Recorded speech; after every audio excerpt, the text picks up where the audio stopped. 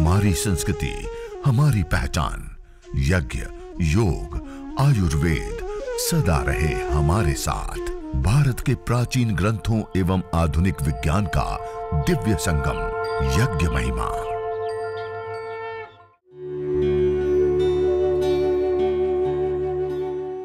भारतीय संस्कृति में यज्ञ, योग एवं आयुर्वेद जैसी अमूल्य विद्याएं हैं, जिसका मूल है वेद। इतिहास की ओर दृष्टि डालें तो भगवान राम, भगवान कृष्ण से लेकर राजा महाराजाओं, ग्रामवासियों व अरण्यवासी ऋषियों की कुटियों तक नित्य व नैमित्तिक यज्ञों का प्रचलन देखने को मिलता है।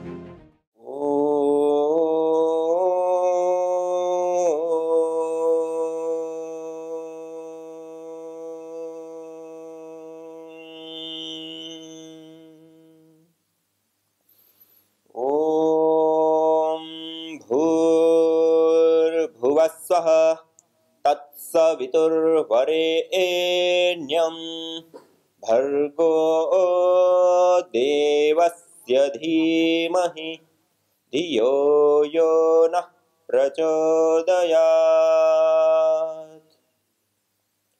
इस प्रकार मंगलाचरण करने के पश्चात अब हम आचमन करेंगे। दाएं हाथ की अंजलि में जल लेकर के, राइट हैंड में जल लेकर के अब हम आचमन करेंगे। दाएं हाथ के अंजलि में जल लेकर के ओम अमृतोपस्तरणमसि स्वाहा। अब दूसरी बार जल लेंगे। ओम अमृतापिधानमसि स्वाहा। तीसरी बार जल लेंगे। ओम सत्यं यशः श्रीर्मय श्री श्रयतां स्वाहा। आचमन करने के बाद हस्त प्रक्षालन कर लेंगे, हाथ को धो लेंगे। जो छोटी सी प्लेट है उसमें अवशिष्ट जल को डाल देंगे और अब बाएं हाथ की अंजलि में जल लेकर के अब हम अंग स्पर्श करेंगे। दाएं हाथ की मध्यमा और अनामिका 2 उंगलियों को जल में स्पर्श करते हुए ओम वांग्म आस्यस्तु, ओम नसोर्मे प्राणोऽस्तु, ओम अक्ष्णोर्मे चक्षुरस्तु, ओम कर्णयोर्मे श्रोत्रमस्तु, ओम बाह्वोर्मे बलमस्तु, ओम ऊर्वोर्म ओजोऽस्तु, ओम अरिष्टानि मिंगानि तनुस्तन्वा में सहसन्तु। शरीर के सभी अंगों के ऊपर, अवयवों के ऊपर जल का छिड़काव करते हुए यह हमने आचमन और अंग स्पर्श की जो पवित्रीकरण और शुद्धिकरण की जो प्रक्रिया है उसको हमने संपन्न किया। आचमन, अंग स्पर्श आदि करने के पश्चात हाथ जोड़ करके सीधे बैठ करके 2 मिनट में हम ईश्वर स्तुति, प्रार्थना, उपासना के श्रद्धा भाव के साथ 8 मंत्रों का हम उच्चारण करेंगे। अथ ईश्वरस्तुति प्रार्थनोपासना। ओम विश्वानि देव सवितर्दुरितानि परासुव यद्भद्रं तन्न आसुव। ओम हिरण्यगर्भः समवर्तताग्रे भूतस्य जातः पतिरेक आसीत् सदाधार पृथिवीं द्यामुते मं कस्मै देवाय हविषा विधेम।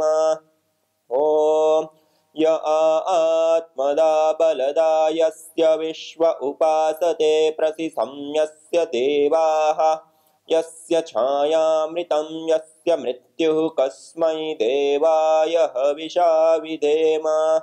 ओम यः प्राणतो निमिषतो महित्वैक इद्राजा जगतो बभूव य ईशे अस्य द्विपदश्चतुष्पदः कस्मै देवाय हविषा विधेम। ओम ये नद्यो रुग्रा पृथिवी च दृढा येन स्वस्तभितं येन नाकः यो अंतरिक्षे रजसो विमानः कस्मै देवाय हविषा विधेम। ओम प्रजापतेन त्वदेतान्यन्यो विश्वा जातानि परिता बभूव यत् कामास्ते जुहुमस्तन्नो अस्तु वयं स्यामपतयोरयीणाम् ॐ स नो बन्धुर्जनिता सविधाता धामानि वेदभुवनानि विश्वा यत्र देवा अमृतमानशानास्त्रितीये धामन्नद्येरयन्त ॐ अग्नेनय सुपथाराये अस्मान् विश्वानि देववयुनानि विद्वान् युयोध्यस्मज्जुहुराणमेनो भूयिष्ठान्ते नम उक्तिं विधेम इदेश्वरस्तुति प्रार्थनोपासना।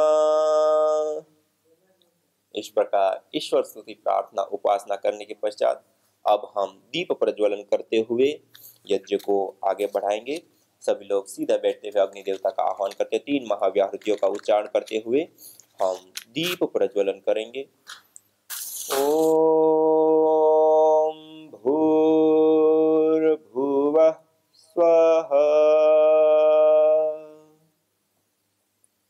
3 महाव्याहृतियों के साथ दीप प्रज्वलन करने के पश्चात अब श्रु के अग्रभाग में जो हमने कपूर रखा है उस कपूर को दीपक के माध्यम से प्रदीप्त करते हुए अगले मंत्र के माध्यम से वेदी के मध्य में हम स्थापित करेंगे, अग्न्याधान करेंगे। ओम भूर्भुवस्वर्ग्योरिव भूम्ना पृथिवीव वरिम्ना तस्या आस्ते पृथ्वी देव यजनि पृष्ठे अग्निमन्नादमन्नाद्यायादधे। अब हम इस दीपक को ईशान कोण पर रख देते हैं। उत्तर दिशा और पूर्व दिशा का जो कोण होता है उसको ईशान कोण बोलते हैं। और अगले मंत्र के माध्यम से वेदी के मध्य में भी घी की आहुति देने से लेकर के इस अग्नि को विशेष रूप से प्रदीप्त करने के लिए जो किया जा सकता है, छोटी छोटी समिधा लगाना आदि करेंगे। ओम उद्बुद्ध्य स्वाग्ने प्रतिजागृहि त्वमिष्टा पूर्ते सगं सृजेथामयञ्च अस्मिन् सधस्थे अद्युत्तरस्मिन् विश्वे देवा यजमानश्च सीदत। अब जो हमने 8-8 अंगुल की समिधाएं रखी हैं उसको दोनों हाथों से ऐसे एक एक समिधा को पकड़ते हुए 4 मंत्रों के माध्यम से 3 समिधाओं का हम आधान करेंगे। ओम अयंत इत्म आत्मा जात वेदस्ते नेद्यस्वर्धस्व चेद्वर्धय चास्मान् प्रजया पशुभिर्ब्रह्म वर्चसे नान्नाद्येन समेधय स्वाहा इदमग्नये जातवेदसे इदन्न मम। ओम समिधाग्निं दुवस्यत घृतेर्बोधयता तिथिम् अस्मिन् हव्या जुहोतन स्वस्सविद्धाय शोचिषे घृतं तीव्रं जुहोतन अग्नये जातवेदसे स्वाहा इदमग्नये जातवेदसे इदन्न मम। ओम तन्त्वा समिद्भिरङ्गिरो घृतेन वर्धयामसि बृहच्छोचाय विष्ठ्य स्वाहा इदमग्नये अंगिरसे इदन्न मम। समिधाधान के पश्चात अब हम एक ही मंत्र का 5 बार उच्चारण करते हैं। पंचघृत आहुति प्रदान करेंगे। पंचभूतात्मक देह से लेकर के पंचभूतात्मक के संपूर्ण ब्रह्मांड में स्वास्थ्य और संतुलन कायम करने के लिए 5 घी की विशेष आहुतियां देंगे और इससे अग्नि विशेष रूप से प्रदीप्त हो जाती है। ओम अयंत इत्म आत्मा जात वेदस्ते नेद्यस्वर्धस्व चेद्वर्धय चास्मान् प्रजया पशुभिर्ब्रह्म वर्चसे नान्नाद्येन समेधय स्वाहा इदमग्नये जातवेदसे इदन्न मम। ओम अयंत इत्म आत्मा जात वेदस्ते नेद्यस्वर्धस्व चेद्वर्धय चास्मान् प्रजया पशुभिर्ब्रह्म वर्चसे नान्नाद्येन समेधय स्वाहा इदमग्नये जातवेदसे इदन्न मम।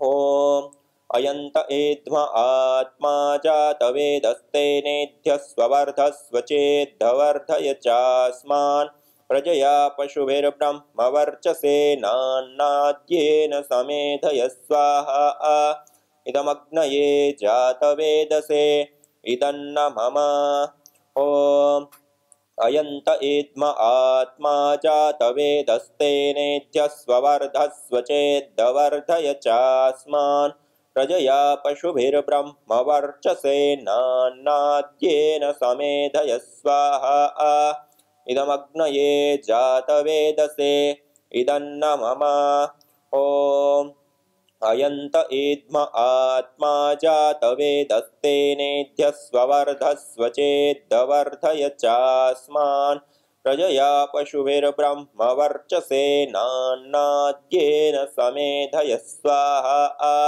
इदमग्नये जातवेदसे इदन्न मम। इस प्रकार से पंचघृत आहुति प्रदान करके इस अग्नि को हम विशेष रूप से प्रदीप्त करते हैं।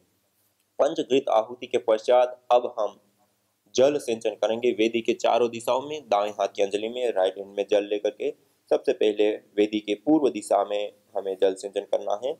ओम आदितेनुमन्यस्व।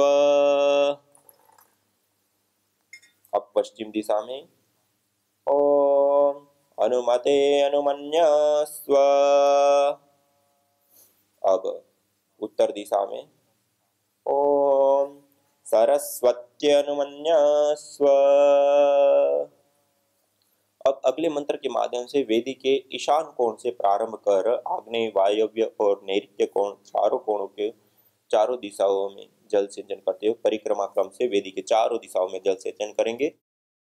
ओम देव सवितः प्रसूवयज्ञं प्रसूवयज्ञपतिं भगाय दिव्यो गंधर्वः केतपुः केतं नः पुनातु वाचस्पतिर्वाचन्नः स्वदतु।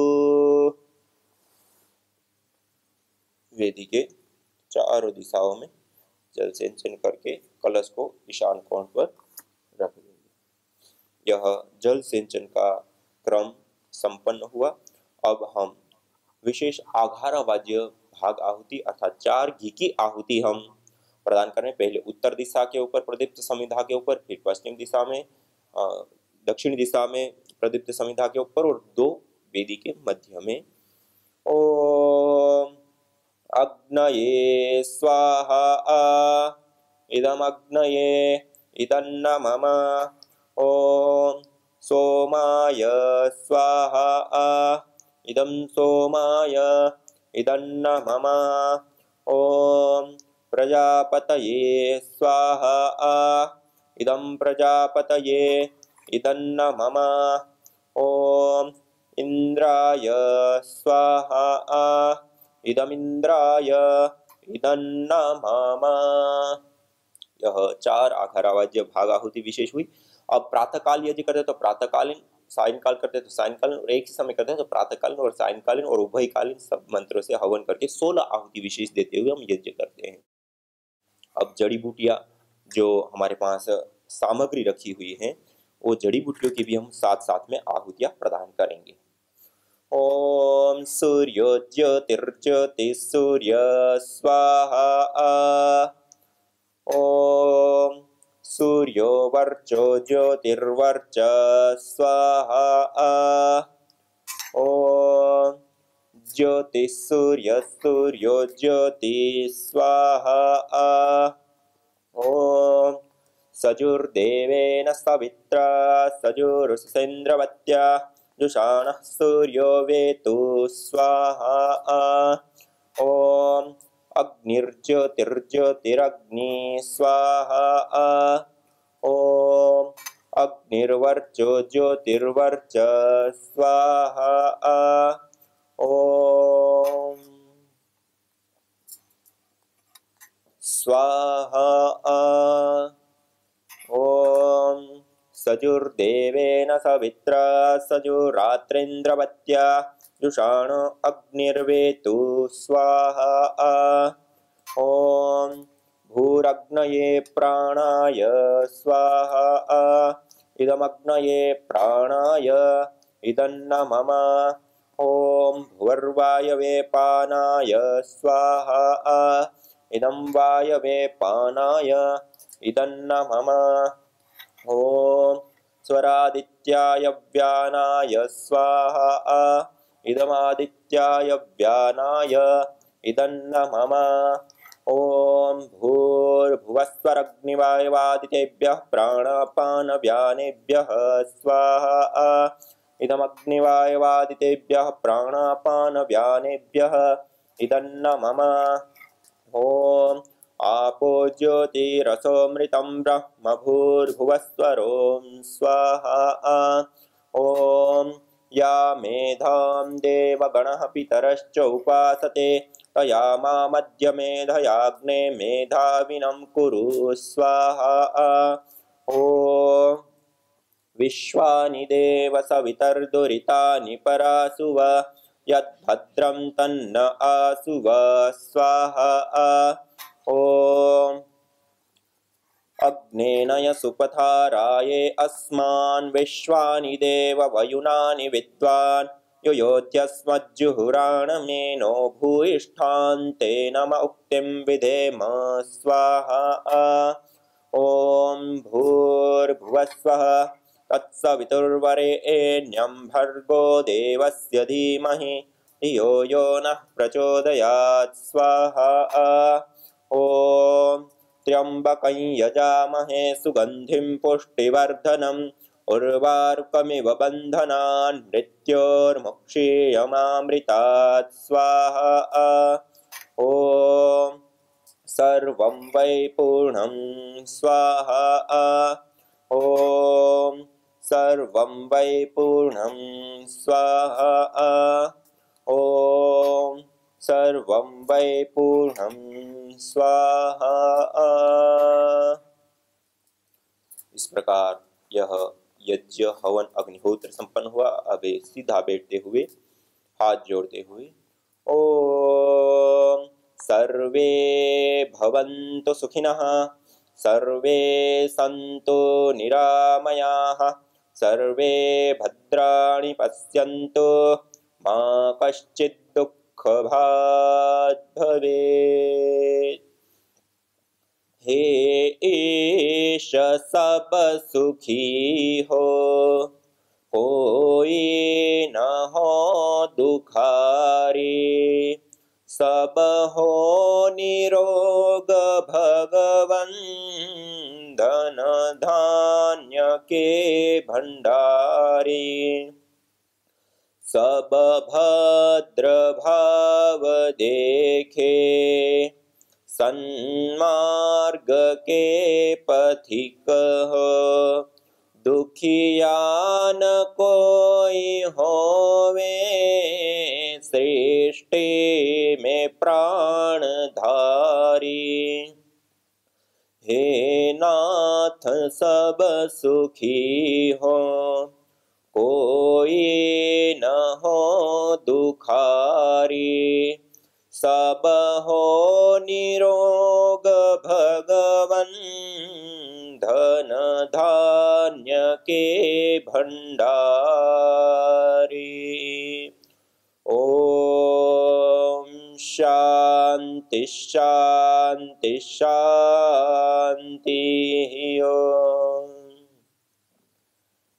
यह आज का यज्ञ हवन अग्निहोत्र हमने संपन्न किया।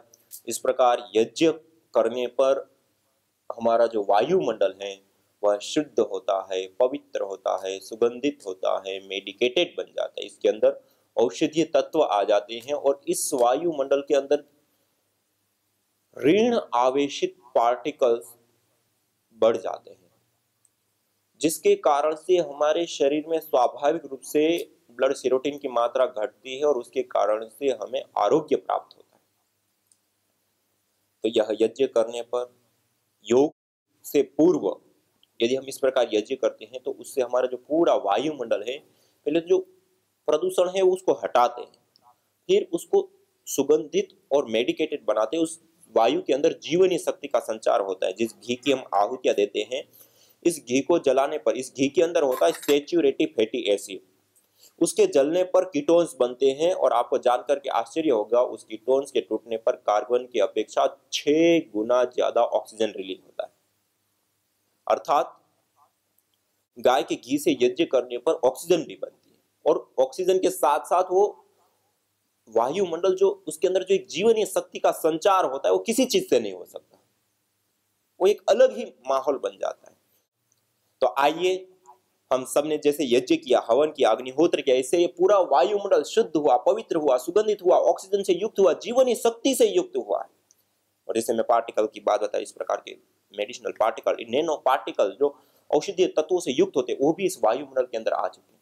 अब हम सब लोग मिलकर के इस वायुमंडल के अंदर हम योगाभ्यास करेंगे और यह हरिद्वार से हरिद्वार बने यज्ञ परिवार में हम सब लोग मिलकर के सहभागिता निभाते हैं, सब लोग मिलकर के यज्ञ हवन अग्निहोत्र करते हैं।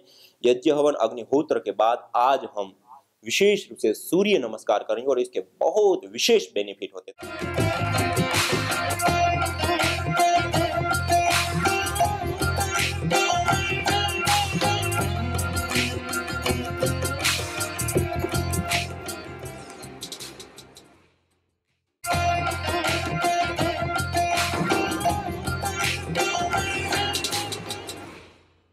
और कैसे प्राप्त होती है, जैसे मेरे सामने आज विशेष रूप से कुछ द्रव्यों का आपके सामने दर्शन कराने के लिए मैं लाया। ये हमारे पास विशेष रूप से श्वेत चंदन रखा हुआ है। यह श्वेत चंदन के अंदर परफ्राल आदि तत्व होते हैं, अर्थात इसको जब हम जलाते हैं तो वो वायुभूत होते हैं। जब वो वायुभूत होते हैं तो उससे वह परफ्राल तत्व गैस के माध्यम से हमारे मस्तिष्क तक और आगे पहुंचता है, तो हमारी पिट्यूटरी ग्लैंड आदि विशेष रूप से उससे प्रभावित होती है, गुड हार्मोन्स बनाती है, उससे स्ट्रेस, तनाव, चिड़चिड़ापन आदि सब चीजें दूर हो जाती हैं। तो यह श्वेत चंदन बहुत ही ज्यादा सुरभि वाला होता है, सुगंधि वाला। इसको हम अग्नि में भी जला सकते हैं और दूसरा अंगारों के ऊपर भी हम रखेंगे तो इसकी एक बहुत सुरभि अच्छी आती है और उससे कई सारे प्रकार के मानस चिकित्सा के लिए बहुत ज्यादा उपयोगी होता है। दूसरा ये द्रव्य मेरे पास रखा हुआ है गुलाब। ये गुलाब की जो पंखुड़ियां होती है, गुलाब फूल की जो पंखुड़ियां, उन पंखुड़ियों को सुखा करके हमने रखा। इसको भी हम हवीर द्रव्यों में भी आहूत कर सकते हैं। और दूसरा, यज्ञ होने के बाद अंगारों के ऊपर आप रखेंगे तो आप ऐसा महसूस करेंगे कि जैसे आपके पास में कोई खिले हुए गुलाब हो, ऐसा आपका घर का वायुमंडल बन जाएगा। ऐसी सुगंधी सुरभि आती है सूखे हुए पत्तों से भी। तीसरा, ये मेरे सामने रखा हुआ है तगर, विशेष रूप से अगर और तगर। अगर एक लकड़ी होती है, ये मेरे सामने अगर रखा हुआ है। यह अगर है काली लकड़ी, इसमें भी एक विशेष प्रकार का तेल पाया जाता है। और आज बाजार में भी जो अगरबत्ती हम जिसको बोलते हैं, ये इसी अगर के तेल और इसी अगर से बनी हुई बत्ती को अगरबत्ती कहते हैं, इस अगर से बनी हुई बत्ती को। और वो हमारे अस्थमा, दमा से लेकर के अनेक प्रकार के रोगों को दूर कर स्वास्थ्य को प्रदान करने का कार्य करती है, इसलिए उसको अगरबत्ती, अगर से बनी बत्ती को अगरबत्ती कहा जाता है। और आज अगरबत्ती के नाम पे अलग अलग बहुत सारी चीजें बिकती हैं, तो उससे हमें बचना भी चाहिए। और दूसरा यह है तगर।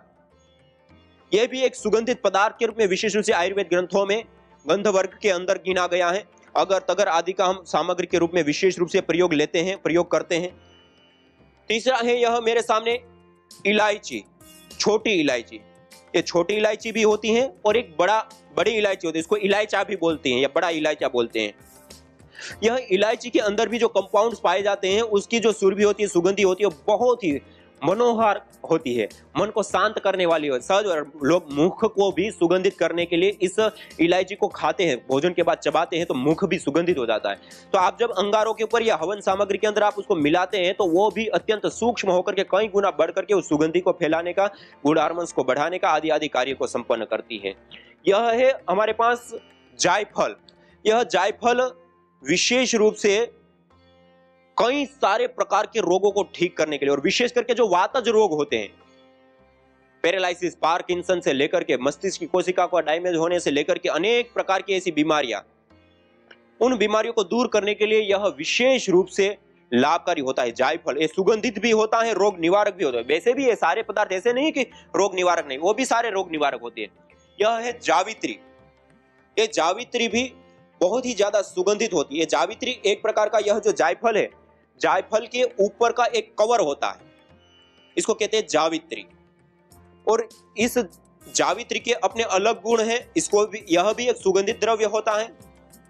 और इसकी जो धुनी है, चाहे जायफल है, चाहे जावित्री है, इलायची है, या ये मेरे सामने रखा हुआ दालचीनी, इसका भी एक विशेष तेल होता है इसके अंदर। इसको भी आप जब अंगारों के ऊपर डालेंगे तो ऐसी विशेष सुरभि आती है कि आपका घर पूरा मनोहर मनोरम्य बन जाएगा। और इसकी सुगंधी लेने से गुड हार्मोन्स बनते हैं और भी कई सारी प्रकार की बीमारियों से निजात प्राप्त होती है। और विशेष करके यह दालचीनी जो कफज रोग है उसको शांत करने के लिए बहुत ज्यादा लाभकारी होती है। यह वातज रोगों को शांत करने के लिए विशेष करके लाभकारी होते हैं। इलायची पित्तज रोगों को शांत करने के लिए विशेष करके लाभकारी। गुलाब और चंदन भी पित्तज रोगों को या उष्णता वाले रोगों को ठीक करने के लिए विशेष करके लाभकारी होती हैं। तो ऐसे ऐसे ये सारे द्रव्य, जावित्री है, जायफल है, इलायची है, ये गुगुल के बारे में मैं आपको बताता ही रहता हूँ। ये गुगुल सुगंधित भी होता है, पुष्टिकारक भी होता है, रोग निवारक भी होता है और अनेक प्रकार के लाभों को प्रदान करने वाला होता है। ऐसे ही ये चावल भी त्रिदोष सामक होता है जिसको हमें सामग्री के रूप में प्रयोग करना होता है। और यह है देवदारू। ये देवदार की भी लकड़ी तेलीय लकड़ी होती है। इसके अंदर बहुत ही बड़ी मात्रा में तेल पाया जाता है। इसको भी हम जलाने के, जब हमारे पास अग्न्याधान जो हम करते हैं तो अग्न्याधान के रूप में यदि हम इस अगर की लकड़ी को ही हम दीपक से थोड़ी मात्रा में जला करके भी हम इसका अग्न्याधान कर सकते हैं। आज मैं आपको सामने करके दिखाऊंगा। तो आप यदि कपूर का प्रयोग यदि आपके पास नहीं है तो आप इस अगर की लकड़ी से भी आप अग्न्याधान आदि क्रियाओं को संपन्न कर सकते हैं। इससे अतिरिक्त हवन के रूप में लकड़ी का भी प्रयोग करते हैं और इसको सामग्री के अंदर भी हम मिला सकते हैं। इसकी भी जो सुरभि सुगंधी होती है वो बहुत ही ज्यादा रोग निवारक होती है। आगे के दिनों में जब मैं आपको आयुर्वेद ग्रंथों से जो अलग अलग रोगों के उपचार के लिए बताऊंगा तो वहां आयुर्वेद ग्रंथों में भी ये अगर की लकड़ी का धूम्र कई सारी प्रकार की बीमारियों को ठीक करने वाला आदि आदि के रूप में बताया गया। तो वो सब चीजें हम देखेंगे और रखेंगे आपके सामने और हम आगे आगे उसके विषय में हम देखेंगे।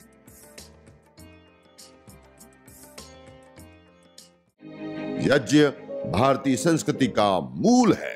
तो आइए हम संकल्प लें, संसार के श्रेष्ठतम कर्म यज्ञ को अपनाएं।